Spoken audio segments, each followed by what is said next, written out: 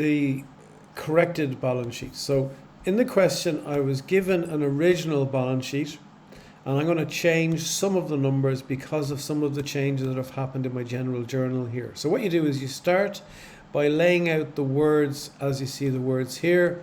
So we'll have balance sheet at the end of the year, fixed assets, current liabilities, financed by. So you lay out all of the words exactly as they are there. Now the only thing that those of you in class would see I do is after current liabilities, I make sure to label working capital.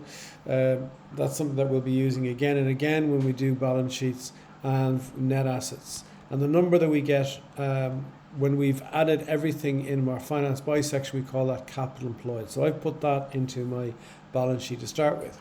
Now, what do I do next?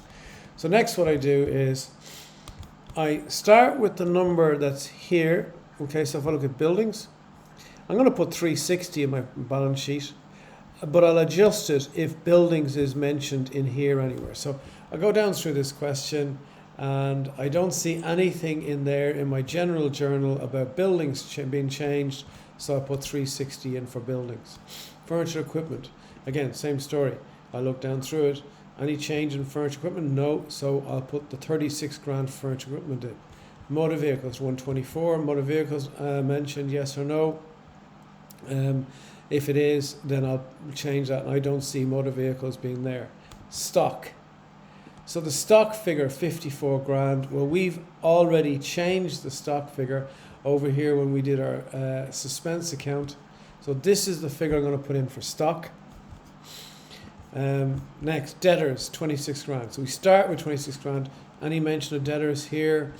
I don't see anything about debtors. No, so we're going to put 26 grand in for debtors, etc., etc. So I'll go through all of this, and if we have something like, for example, let's say bank, so bank is a liability.